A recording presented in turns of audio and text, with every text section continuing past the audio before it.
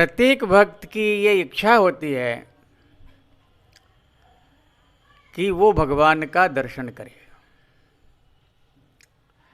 और इसी इच्छा को लेकर के वो जीवन पर्यंत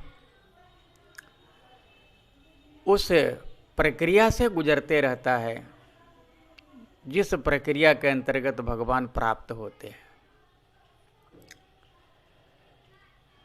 ये उसके जीवन मरण जैसा होता है।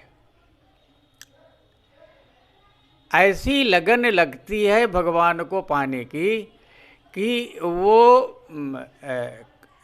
भोजन और जलपान, यहाँ तक कि निद्रा तक का विस्मरण उससे हो जाता है।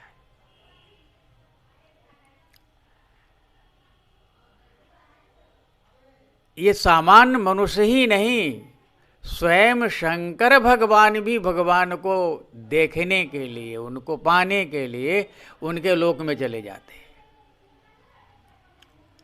और उनसे जाकर के विनती करते हैं, हमने आपके अमुक अवतार में जो आपने रूप धारण किया था उसका दर्शन नहीं किया, आप कृपा करके वो स्वरूप हमें दिखा दीजिए।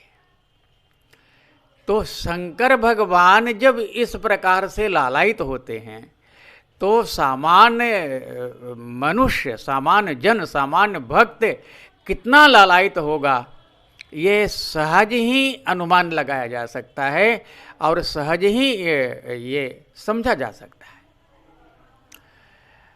रत्नावती जी एक संत के बगल में भगवान को देख लिया तो उसने सारी मर्यादा का उल्लंघन करके, सारी और मर्यादा का त्याग करके और महल से नीचे संत के पास आ गई, जबकि वो रानी साहिबा थी, उनको आम जनता के सामने नहीं आना था।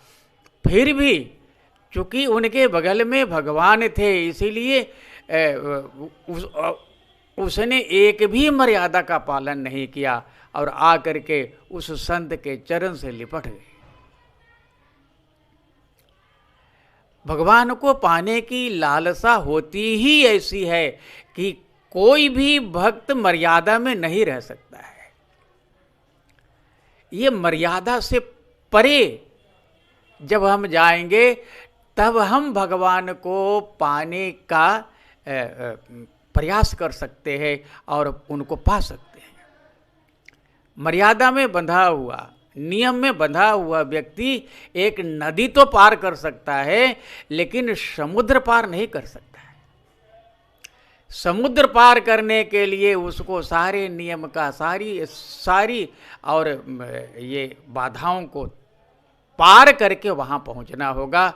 तभी कोई भक्त, कोई ऋषि, कोई महर्षि, कोई परमर्षि, कोई संत भगवान तक जा सकते हैं, उनको पा सकते हैं और उनके अभय चरण कमलों में शाश्वत स्थान प्राप्त कर सकते हैं। धन्यवाद।